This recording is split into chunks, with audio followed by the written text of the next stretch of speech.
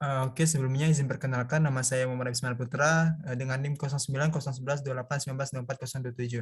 Kali ini akan menjelaskan tentang teori dasar dari ANN atau Artificial Neural Network.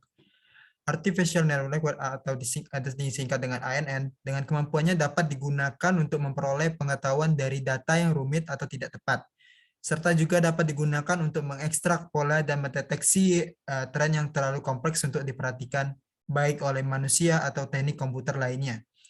Artificial Neural Network atau disingkat ANN menghasilkan model yang sulit dibaca dan dimengerti oleh manusia karena memiliki banyak layer dan sifatnya non-linear. Pada bagian riset, ANN disebut sebagai agnostik atau kita dapat percaya, tapi sulit membuktikan kenapa, karena konfigurasi parameter yang dihasilkan training bisa benar.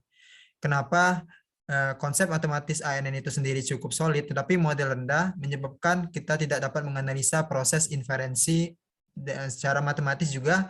ANN juga diibaratkan sebagai sebuah graph gitu. Dan pada visualisasi ini sudah terjelas berupa flow dari ANN dan deep learning.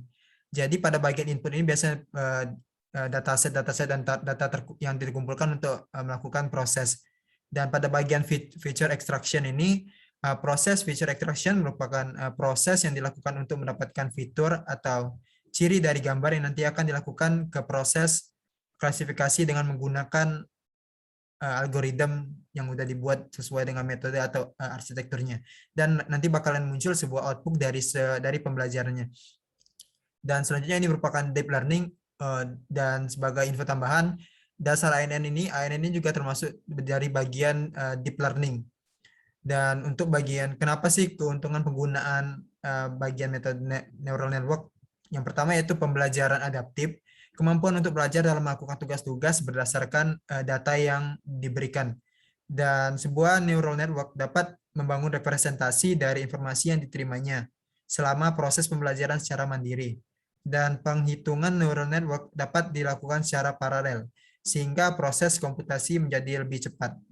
Itu saja untuk penjelasan dari dasar ANN dan visualisasi flow dari ANN dan deep learning.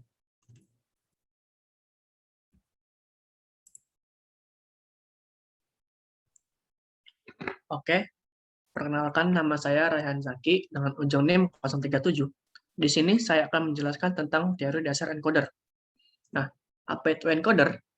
Encoder adalah sebuah unsupervised ANN yang mempelajari linear dan non-linear hubungan yang ada dalam data dan mewakilinya dalam data dimensi baru yang dikurangi ruang, yang juga dapat digunakan untuk meregenerasi data space yang asli tanpa menghilangkan informasi penting yang ada pada data tersebut. Encoder sendiri memiliki dua bagian. Bagian encoder adalah tempat di mana set data asli di-encode, dan bagian decoder di mana tempat kumpulan data yang telah didecoderkan yang akan dikembalikan ke kumpulan data asli untuk menentukan seberapa akurat kumpulan data yang telah di-encode tadi. Nah, contoh dari encoder itu sendiri bisa dilihat pada gambar yang telah ditampilkan ini. Pada gambar ini, kumpulan data fitur 1850 akan di-encode secara bertahap, sehingga hanya menjadi 10 fitur. Nah, selanjutnya data tersebut akan di-train. Pada kasus kami menggunakan ANN.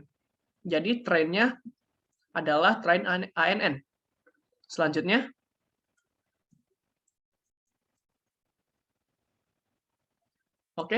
selanjutnya setelah data yang di-encode tadi direkonstruksikan, lalu mendapatkan hasil akurasi yang dapat diterima dan model yang diinginkan, pada kasus kami menggunakan ANN.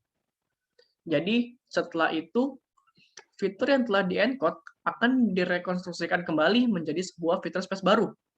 Tahapan ini disebut dengan decoder.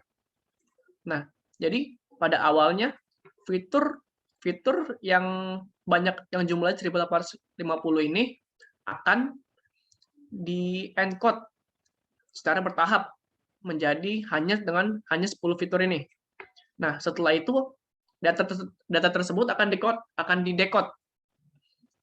Lalu setelah itu data akan direkonstruksikan kembali, dari 10 akan dikembalikan menjadi 1850. Nah, data tersebut akan menjadi data baru, menjadi fitur space baru. Sehingga data tersebut akan menjadi lebih baik lagi. Oke, saya kira itu saja. Materi selanjutnya akan dijelaskan oleh Ica Dwi Marcella. Baiklah, sebelumnya perkenalkan, saya Ica Dwi Marcella dengan ujung NIM 031. Saya saat ini akan menjelaskan tentang implementasi dari Artificial Neural Network dan autoencoder itu sendiri. Dalam kasus ini, kami mengambil sebuah case yang berjudul An Autoencoder and Artificial Neural Network Based Method to Estimate Parity Status of Wild Mosquito from Near Infrared Spectra. Yang secara umum, kasus ini membahas tentang prediksi banyak jumlah nyamuk dalam liar dengan infrared spektra. Sebelumnya, infrared spektra adalah salah satu teknik spektroskopi yang merupakan salah satu metode dari jaringan syaraf tiruan yang menggunakan wilayah panjang gelombang inframerah pada spektrum elektromagnetik. Status paritas nyamuk sesuai dengan kemampuannya dengan asumsi bahwa nyamuk parous, yaitu nyamuk yang sudah bertelur sebelumnya, lebih mampu untuk menularkan parasit plasmodium daripada nyamuk nulipara. Karena nyamuk parois mungkin sudah banyak mengakses atau berkontaminasi langsung dengan darah yang terinfeksi parasit. Pergeseran struktur paritas menuju populasi dengan lebih banyak nyamuk nulipara menandakan pengurangan resiko penyakit penularan karena memungkinkan nyamuk membawa parasit malaria menurun.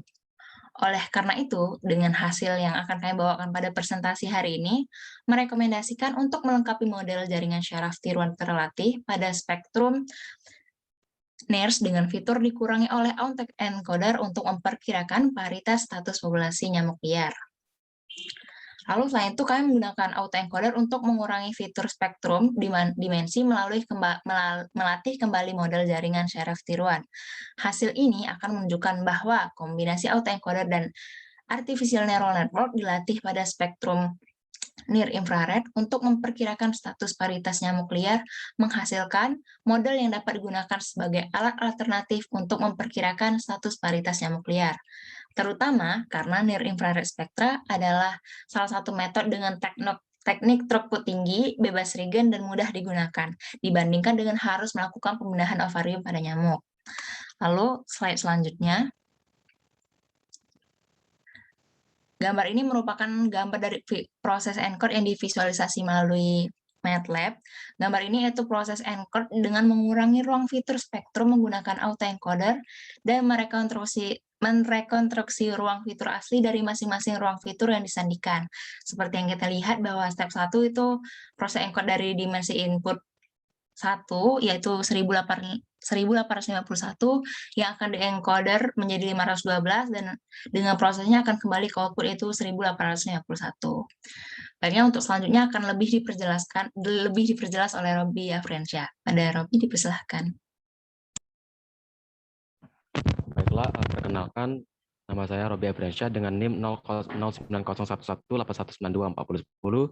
Di sini saya akan menjelaskan tentang training dan testing dari model ANN pada autoencode spektra.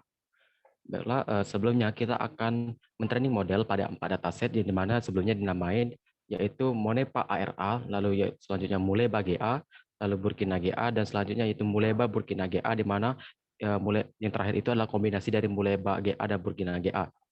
Lalu sebelum kita mentraining model, 4 data ini akan kita pre-proses, lalu kita bagi menjadi 2 grup, yaitu nuliparaus dan juga paraus. Spektra pada grup nuliparaus dan paraus ini akan kita labeli dengan 0 dan 1.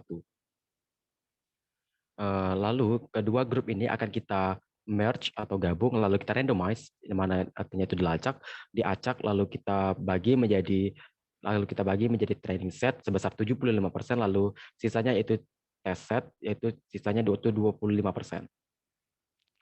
Selanjutnya itu setiap dataset akan kita gunakan dengan metode 10 Monte Carlo cross validasi, lalu 11 Marquez optimization, lalu selanjutnya di sini kita menggunakan satu hidden layer, lalu selanjutnya yaitu 10 neuron model fit for ANN dengan logistik regresi sebagai sebuah fungsi transfer yang akan di-training dan tes pada MATLAB.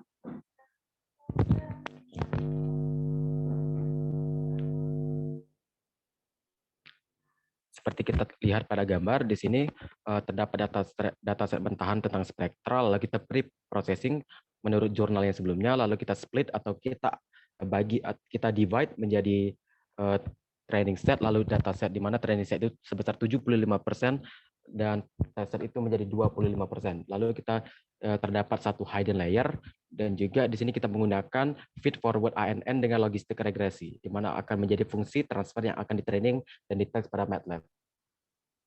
Terima kasih.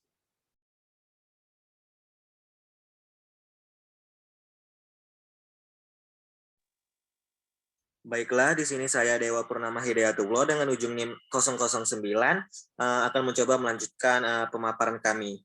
Baiklah, setelah dilakukan training model pada 75% spektra sebelum di-encoding dan juga dilakukan tes pada 25% sisa spektranya, hasil dari paritas aktual nyamuk bisa divisualisasikan dalam bentuk box plot sebagai berikut. Dalam box plot tersebut terdapat dua jenis paritas, yaitu nulliparous yang dilabeli dengan angka 0 dan parous yang dilabeli dengan angka 1. Box plot tersebut menunjukkan paritas aktual pada 4 dataset yang telah ditentukan sebelumnya.